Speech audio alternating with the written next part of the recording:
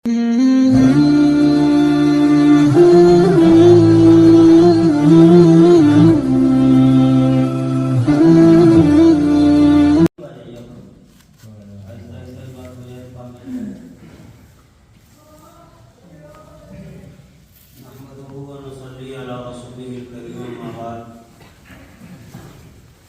قدر حاضرین، کوئی تقریر مقصود نہیں ہے، آواز بھی میری خراب ہے، طبیعت بھی ناساز ہے، لیکن آج حضرت مولانا مظاہر الحق صاحب دامت برکاتہم ان کی مزاج کرسی کے لیے آپ کے شہر میں حاضری ہوئی ہے، اور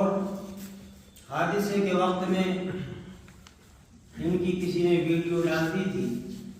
اسے دیکھ کر کے مجھے بڑا احساس تھا۔ جمعے کے دن میں آنے کی کوشش کر رہا تھا، لیکن کوئی ترتیب نہیں بن سکی۔ سب کام اللہ تبارک و تعالیٰ کی طرف سے اپنے وقت پر ہوا کرتے ہیں۔ آج کی ترتیب بننا تھی، بن گئی۔ حضرت مولانا نے بڑی تفصیل کے ساتھ اپنا واقعہ سنایا، اور مولانا نے ایسے سنایا کہ کسی کوئی واقعہ پیش نہ آیا ہو۔ ہم جیسا آدمی ہوتا یقیناً خون اپنے آپ کو پاتا تو ویسے ہی آدمی بے ہوش ہو جاتا، لیکن مولانا کے ساتھ جس وقت واقعہ پیش آیا اس وقت بھی کوئی کیفیت دل کی نہیں بدلی، اور جب ڈاکٹر کے پاس گئے، ہاسپٹل میں پہنچے، تب بھی مولانا بالکل حشاش جیسے کہ کوئی واقعی پیش نہ آیا، جبکہ آپ کے قریب میں جو ڈرائیور سلامہ تھے وہ ذہنی طور پر بے انتہا پریشان تھے، بجائے اس کے کہ وہ تسلی دیتے ان کو تسلی دے رہے تھے۔ اس دنیا کے اندر جب ہم آئے ہیں تو دنیا تو مصیبتوں کا گھر ہے، بخش کہاں باشد کے آزار نواشد، جنت ہوتی ہے جہاں کوئی تکلیف نہیں ہوگی، کسی قسم کی کوئی پریشانی نہیں ہوگی، کسی قسم کی کوئی اذیت نہیں ہوگی، اور یہ دنیا دارالامتحان ہے۔ مختلف قسم کی مصیبتوں سے، پریشانیوں سے، الجھنوں سے، ٹینشنوں سے آدمی کو گزرنا پڑے گا۔ بار بار آپ قرآن کریم سنتے ہیں وَلَنَبْلُوَنَّكُمْ بِشَيْءٍ مِنَ الْخَوْفِ وَالْجُوعِ، ہم آپ کو مختلف قسم کی پریشانیوں میں مبتلا کریں گے۔ کہیں بھوکمری شروع ہو جائے گی، کبھی آپ کو روپیہ مارا جائے گا، کبھی آپ کا کاروبار ٹھپ ہو جائے گا، کبھی آپ کا جوان بیٹے کا انتقال ہو جائے گا، کبھی آپ کا مکان گر جائے گا، کبھی گھر میں نافرمانیاں شروع ہو جائیں گی، کبھی آپ بال بچوں سے پریشان ہوں گے۔ مختلف قسم کی پریشانیوں سے آپ اور ہم سبھی دو چار ہوتے رہتے ہیں۔ ایک بیچارہ ناولد ہے، وہ اولاد کے لیے پریشان ہے، ایک آدمی صاحب اولاد ہے، وہ اولاد سے پریشان ہے، ایک آدمی غریب ہے، وہ غربت سے پریشان ہے، ایک آدمی مالدار ہے، وہ مالداری سے پریشان ہے، ایک آدمی پتلا ہے، دبلا ہے، وہ پتلے پن سے پریشان ہے، ایک آدمی ہٹا کٹا بھینس کی طرح ہے، وہ موٹاپے سے پریشان ہے۔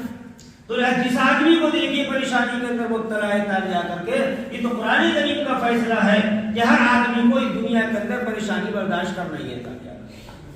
کوئی آدمی ایسا نہیں جس آدمی کو آپ دور سے دیکھیں گے سمجھے گے یہ تو بڑا حشاش ہے، ماشاءاللہ خوش مزاج ہے، پریشانیاں اس کے قریب نہیں گزرتی ہوں گی، لیکن جب اس کے دل کی آواز سنیں گے آپ، اور جب اس کا دکھڑا سنیں گے آپ، اور جب آپ اس کی پریشانیاں سنیں گے تب آپ سمجھیں گے کہ اس کی پریشانی سے تو میری پریشانی کا مطلب ہے، میری پریشانی کا مطلب ہے۔ تو اس لیے یہ دنیا اللہ تبارک و تعالیٰ نے بنائی اس لیے ہے کہ اس میں امتحان ہونا ہے ہر آدمی کا۔ کبھی اللہ تبارک و تعالیٰ دے کر امتحان لیتا ہے، کبھی اللہ تبارک و تعالیٰ لے کر امتحان لیتا ہے۔ کسی کو اولاد دے دی تو اللہ نے امتحان میں مبتلا کر دیا، کسی کی اولاد لے لی تو اللہ تبارک و تعالیٰ نے امتحان میں مبتلا کر دیا، کسی کو غریبی دے دی تو اللہ نے امتحان میں مبتلا کر دیا، کسی کو امیری دے دی تو اللہ تبارک و تعالیٰ نے امتحان میں مبتلا کر دیا، کسی کو جاہل بنا دیا تو امتحان میں مبتلا کر دیا، کسی کو عالم بنا دیا تو امتحان میں مبتلا کر دیا۔ تو اس دنیا کے اندر تو ہر آدمی کو امتحان سے گزرنا ہی تھا، ہر آدمی کو امتحان سے گزرنا ہے۔ امتحان کی نوعیتیں الگ الگ ہو سکتی ہیں، میری پریشانی الگ ہوگی، آپ کی پریشانی الگ ہوگی، اس دنیا کے اندر تو آنا ہی ہے پریشانی کا۔ لیکن پریشانی کبھی کبھی اللہ تبارک و تعالیٰ کی گرفت اور اللہ کے عذاب کی علامت ہوا کرتی ہے،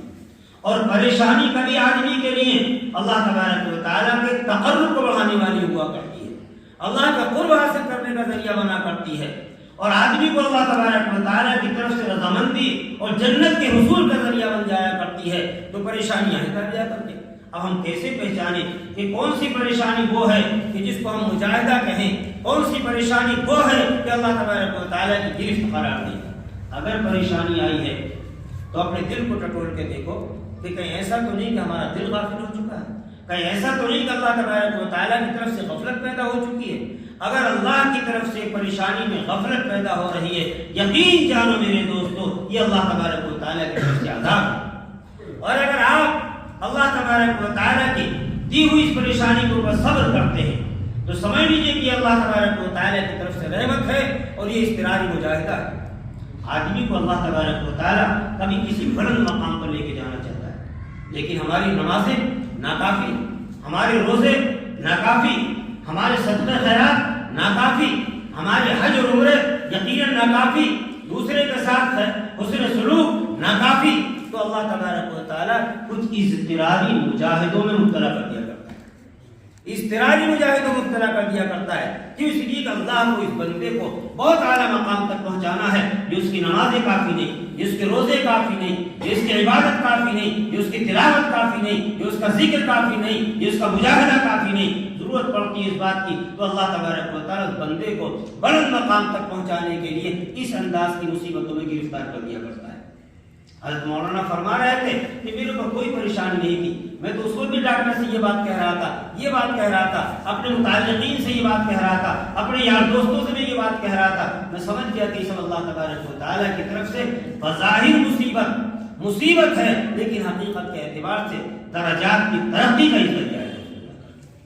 درجات کی ترقی کا ذریعہ ہے۔ اس لیے کہ آدمی دونوں قسم کی چیزوں سے گزرا کرتا ہے تب جا کے، تو سمجھ لیجیے کہ اگر دل آپ کا غافل نہیں ہے، اللہ تبارک و تعالیٰ کی طرف متوجہ ہے، تو سمجھ لیجیے اللہ تبارک و تعالیٰ کی طرف سے رحمت ہے۔ شیخ عبد القادر جیلانی رحمۃ اللہ علیہ کے بارے میں ذکر کیا جایا کرتا ہے، ان کا بڑا کاروبار ہوا کرتا تھا، پانی کا جہاز جا رہا تھا، کسی نے آ کر کے دیکھا اور آ کر کے اطلاع دی کہ حضرت وہ آپ کا پانی کا جہاز ڈوب گیا ہے۔ حضرت نے نیچے کی طرف توجہ کی، دل کی طرف توجہ کی، نتیجے کے اعتبار سے بھی نتیجے پہنچے، کوئی بات نہیں تھا۔ پھر کسی آدمی نے آ کر کے اطلاع دی، حضرت وہ جہاز جو ڈوبا ہے وہ آپ کا نہیں تھا، کسی دوسرے کا تھا۔ جا کر کے پھر حضرت نے توجہ کی اور دل کی طرف دیکھا تو پھر دل مطمئن تھا۔ تو کسی نے حضرت سے پوچھا، حضرت آپ کو پہلے اطلاع دی گئی، کوئی آپ کے اوپر کیفیت طاری نہیں، اور بعد میں جا کر کے اطلاع دی گئی، کوئی آپ کے اوپر پریشانی نہیں، تو لہٰذا اصل بات یہ تھی۔ حضرت فرماتے ہیں کہ میں نے یہ محسوس کیا اور دل کو میں نے دیکھا کہ ایسا تو نہ ہو مصیبت میں جا کر کے میرا دل اللہ تبارک و تعالیٰ سے غافل ہو جائے۔ میں نے اپنے دل کو ٹھیک پایا، اللہ تبارک و تعالیٰ کا شکر میں نے ادا کیا۔ اور دوسری مرتبہ جب میں نے دیکھا کہ لوگوں نے آ کر کے مجھے اطلاع دی کہ وہ آپ کا جہاز نہیں تھا، کہیں خوشی کے اندر غافل تو نہیں ہو گیا میرا دل، تب بھی میں نے اس کو دیکھا کہ بالکل صحیح تھا۔ تو اس لیے آدمی کا دل اللہ تبارک و تعالیٰ سے غافل نہیں ہونا چاہیے کسی قیمت پر۔ اچھا دوسری بات دیکھیے، مصیبت کا ظاہر بہت پریشان تو ہوا کرتا ہے، ایکسیڈنٹ ہو گیا، خون بہنے لگا، کھال پھٹ گئی، ہڈی ٹوٹ گئی، ٹانگ ٹوٹ گئی مثال کے طور پر، تو ظاہر تو اس کا بہت خراب ہے۔ کسی آدمی کو دعا نہیں کرنا چاہیے اللہ تو مجھے مصیبت دے دے کام جا کر کے، یا اللہ تو مجھے بیماری دے دے تاکہ میرے درجے بلند ہو جائیں، نہ قطع نہیں کسی قیمت پر۔ مصیبت کا ظاہر خراب ہے تو ہمیں مانگنا نہیں کسی قیمت۔ اللہ کے رسول صلی اللہ علیہ وسلم نے دیکھا ایک صحابی دعا کر رہی ہے، اللہ مجھے صابر بنا دے، یا اللہ مجھے صبر کی دولت سے مالا مال فرما دے۔ حضور نے فرمایا دیکھ رہے مصیبت مانگ رہا ہے، یہ مصیبت مانگ رہا ہے، کیوں؟ اس لیے کہ صبر تو تبھی کرے گا جب مصیبت آئے گی، تو لہٰذا صبر مانگنے کا مطلب یہ ہے کہ مصیبت مانگ رہا ہے تب، تو مصیبت مانگی نہیں جائے گی، لیکن اگر مصیبت آ گئی ہے تو اس صورت کے اندر اس کے اوپر صبر کیا جائے گا، اور مصیبت آئے تو اللہ کے رسول صلی اللہ علیہ وسلم نے ہدایت دی، چھوٹی مصیبت ہو بڑی مصیبت ہو آپ اس پہ پڑھا کریں انا للہ و انا الیہ راجعون، تاکہ آپ غافل نہ ہوں، غافلوں میں شمار نہ کیے جائیں کہ ہمیں اللہ تبارک و تعالیٰ نے پیدا کیا، ہمیں اللہ تبارک و تعالیٰ دنیا کے اندر بھیجا اور پھر لوٹ کر کے اللہ تبارک و تعالیٰ کی طرف جانا، سب کچھ تو اللہ تبارک و تعالیٰ کا ہے۔ مصیبت آ رہی ہے تو اللہ کی طرف سے، مصیبت آ رہی ہے تو اللہ کے دیے ہوئے بدن کے اوپر، تو ہمیں پریشان ہونے کی ضرورت کیا تھا؟ حتیٰ کہ ایک مرتبہ چراغ بجھ گیا تو حضور پاک علیہ الصلوۃ والسلام نے فرمایا انا للہ و انا الیہ راجعون۔ ہمارا معاشرہ ہوتا، ہماری سوسائٹی ہوتی، ان کا کون مر گیا بھائی؟ اس لیے کہ یہاں تو لا حول شیطان کو بھگانے کے لیے ہے، اور انا للہ کسی کے میت کی خبر سننے کے پر حساب جا کرتے۔ حالانکہ ہر چھوٹی مصیبت پر انا للہ پڑھنا چاہیے، ہر بڑی مصیبت پر انا للہ پڑھنا چاہیے۔ آپ نے موبائل ڈالا تھا جیب میں اور تلاش کرنے لگے تھا جا کر جیب میں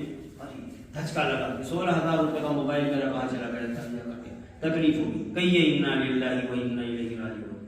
تو اس لیے چھوٹی مصیبت ہو بڑی مصیبت ہو، ان چھوٹی چھوٹی چیزوں پر بھی اللہ تبارک و تعالیٰ کی طرف سے اجر ملا کرتا ہے۔ تو اس لیے ان مصیبتوں کو یقیناً مانگا نہیں جائے گا، لیکن اگر آ گئی ہے تو اس کے اوپر اس مصیبت کے اوپر صبر کیا جائے گا، اور صبر کا پھل خود قرآن کریم کہتا ہے انما یوفی الصابرون اجرهم بغیر حساب، کہ صبر کرنے والوں کو جو اللہ تبارک و تعالیٰ اجر دے گا وہ تول کر کے نہیں دے گا، ناپ کر کے نہیں دے گا، بغیر حساب و کتاب کے اللہ تبارک و تعالیٰ مرحمت فرمائے گا۔ نماز کا مرحلہ آئے گا، چلو بھائی پیمانہ نماز کا یہ ہے، اتنا ثواب اس میں بھرو، اس بندے کو دے دو۔ روزوں کا مرحلہ آئے گا، اس کا پیمانہ یہ ہے، اس میں ثواب بھرو، بندے کو دے دو تابعہ کر کے۔ لیکن جب مصیبتوں کا مرحلہ آئے گا تو پھر اللہ تبارک و تعالیٰ بغیر حساب کے، بغیر پیمانے کے، بغیر تولے ہوئے تو اللہ تبارک و تعالیٰ جو مرحمت فرمائے گا۔ ایک روایت کے اندر آیا کرتا ہے کہ جب مصیبت زدہ لوگوں کو، پریشان لوگوں کو اللہ تبارک و تعالیٰ جب اجر مرحمت فرمائے گا تو وہ کہیں گے اللہ اتنا بڑا اجر کیسے دے دیا آپ نے، کہاں سے ملا تھا؟ کہا تیری مصیبت کی بنیاد پر ہی مل رہا ہے۔ وہ کہے گا اے اللہ تبارک و تعالیٰ مجھے دنیا کے اندر کوئی راحت نہ ملی ہوتی،